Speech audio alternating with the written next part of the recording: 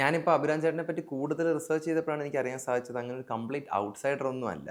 കൃത്യമായിട്ട് കലാപരമായിട്ട് വലിയൊരു ബാക്ക്ഗ്രൗണ്ട് ഉള്ള ഒരു വ്യക്തി തന്നെയാണ്. ആർട്ട് ഹിസ്റ്ററിയിൽ പിജി, അതുപോലെ തന്നെ ആർഎൽവിയിൽ ഗസ്റ്റ് ലെക്ചറായിട്ട് വർക്ക് ചെയ്തു. അപ്പം ഇതൊക്കെ സ്പോണ്ടേനിയസ് ആയിട്ട് വന്ന സംഭവങ്ങളാണോ അതോ പ്രീ പ്ലാൻഡ് ആയിട്ട് വന്നതാണോ? അല്ല ഇപ്പോൾ വിദ്യാഭ്യാസ കാര്യത്തിലാണെങ്കിലും എൻ്റെ തീരുമാനമായിരുന്നില്ല, എൻ്റെ വീട്ടുകാരുടെ തീരുമാനമായിരുന്നത്.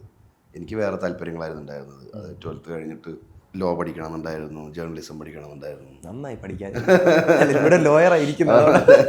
അല്ല, ആ സമയത്ത് നമുക്ക് അറിയില്ലല്ലോ, നമ്മൾ മമ്മൂട്ടിനെ കണ്ടിട്ട് അതാണ് ലോയർ എന്നുള്ളത് സാധനം ചെയ്യും. അങ്ങനത്തെ ഫാൻറ്റസിയിലായിരുന്നു ഉണ്ടായിരുന്നത്. പിന്നെ പൊളിറ്റിക്കൽ ആക്ടിവിറ്റിയിൽ വളരെയധികം താല്പര്യം ഉണ്ടായിരുന്നു. ഞാൻ അങ്ങനെയൊക്കെ ചെയ്യണമെന്നായിരുന്നു ആഗ്രഹിച്ചിരുന്നത്. പക്ഷേ എൻ്റെ അമ്മാവനവിടെ പ്രൊഫസറാണ് കോളേജിൽ, ബറോഡയിൽ ഞാൻ പഠിച്ച കോളേജിൽ. അപ്പോൾ അദ്ദേഹം അവിടെ ഉള്ളതുകൊണ്ടും എൻ്റെ അച്ഛനും അമ്മയും നല്ലൊരു ഭാവിക്ക് വേണ്ടിയിട്ട് പറഞ്ഞയച്ചതാണ്. ആ ഭാവി ഇപ്പം ഭദ്രമായി തന്നെ ഞാൻ വിചാരിക്കുന്നത്. അതിനെക്കൊണ്ട് ഞാൻ തെറ്റൊന്നും വിചാരിക്കുന്നില്ല. So that gets me to the next question. അതായത് കോളേജിൽ പഠിക്കുന്ന സമയത്ത് ഒരുപാട് നാടകങ്ങൾ എഴുതി രചിച്ച് ചെയ്തിട്ടുണ്ടെന്ന് ഞാൻ കേട്ടിട്ടുണ്ട്. അപ്പോൾ അത് എത്രത്തോളം എഫക്റ്റീവ് ആയിരുന്നു? പഠനത്തിന്റെ ഭാഗമായി? അല്ല, പഠനം എന്ന് പറഞ്ഞാൽ എൻ്റെ കോഴ്സിൻ്റെ ഭാഗമല്ല, എൻ്റെ ഒരു അന്വേഷണത്തിൻ്റെ. കാരണം അത് നാടകം കുറേ നമ്മൾ 2-3 നാടകങ്ങളിൽ അഭിനയിച്ചു.